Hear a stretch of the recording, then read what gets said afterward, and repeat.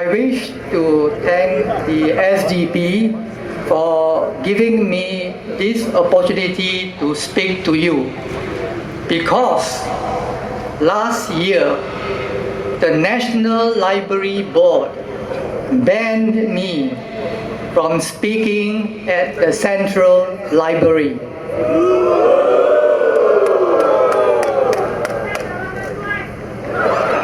I was actually invited by the NUS History Society to speak at their forum called Singapore History: Who Writes the Script? I began to wonder, why are the authorities so afraid of an ordinary person like me? Why do they want to seal my lips?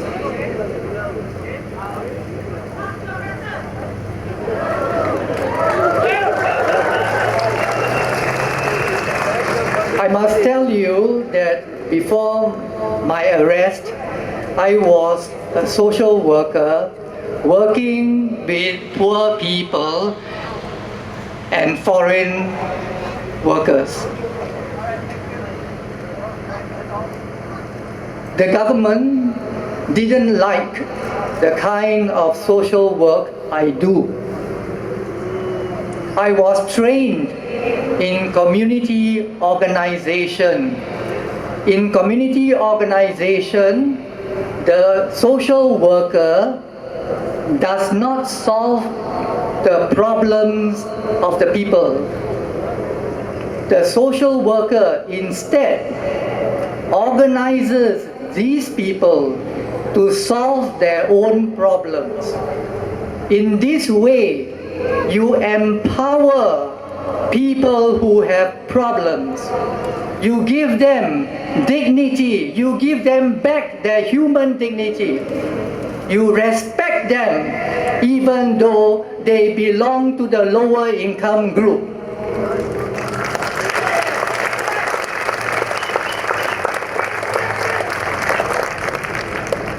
Also in community organization,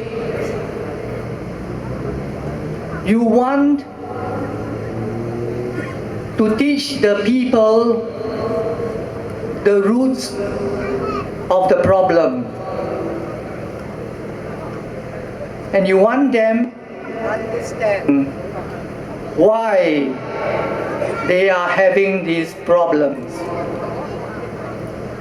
The government, of course, didn't like it.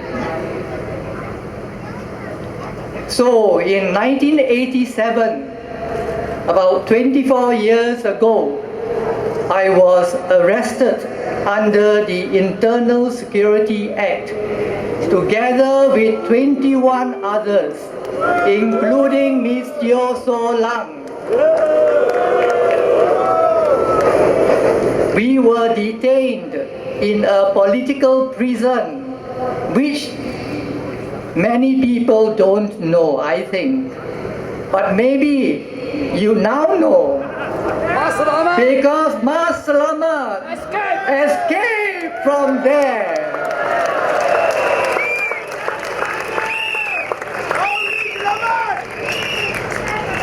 The government accused me of being the central figure in a Marxist conspiracy, which they said was masterminded by Tan Hwa Piao in England.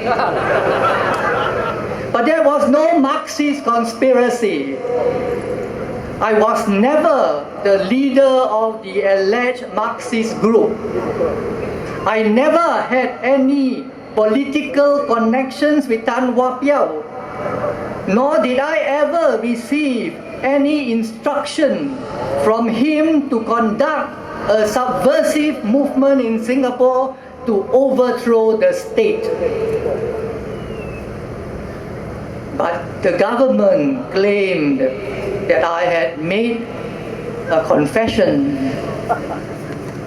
Yes, but this confession was drawn out of me from duress and torture. That's what they do. I was put in an extremely cold room. I was deprived of sleep for days. I was verbally abused. I was slapped many times across my face. I was beaten on my chest and my back, and I was punched in the abdomen. Before the assault, I stood my ground and I refused to be intimidated.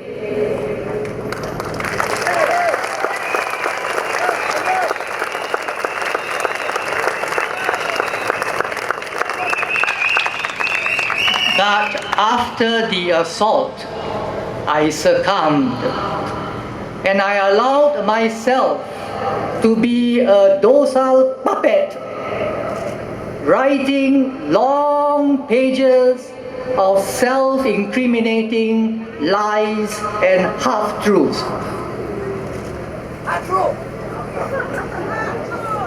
The government told the people that there was never any torture of prisoners. But I was a victim of one.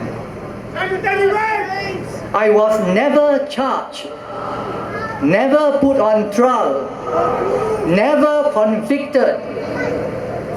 Yet, under the ISA, the government had the right to detain me as long as they want.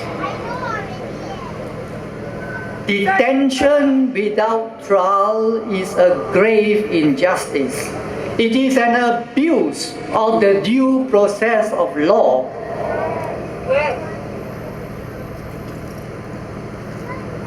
And it can happen to you, you know.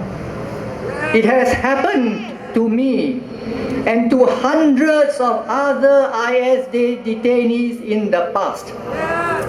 Dr. Chia Tai Po, Dr. Lim Hock Siu, Dr. Po Su Kai, Mr. Said Zahari have all suffered much more than me, all without the chance of seeking legal redress.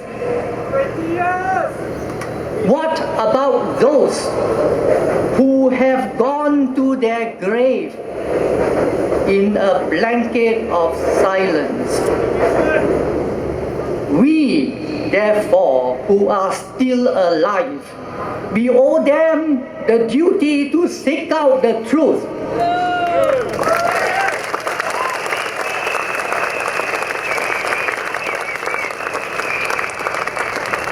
And we must accordingly proclaim their contribution to the true history of Singapore.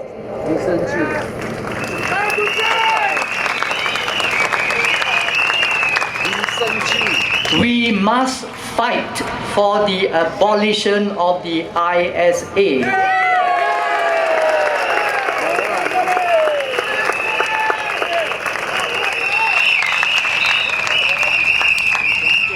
The SDP has strongly advocated for the abolition of the ISA. And if you are worried about terrorism, let me tell you that there are enough laws to combat terrorism. We don't need the ISA because the ISA is a PAP tool to demolish opposition in Singapore. We cannot allow the PAP government to get away with it and continue to use the ISA to detain its political opponents. We say enough is enough.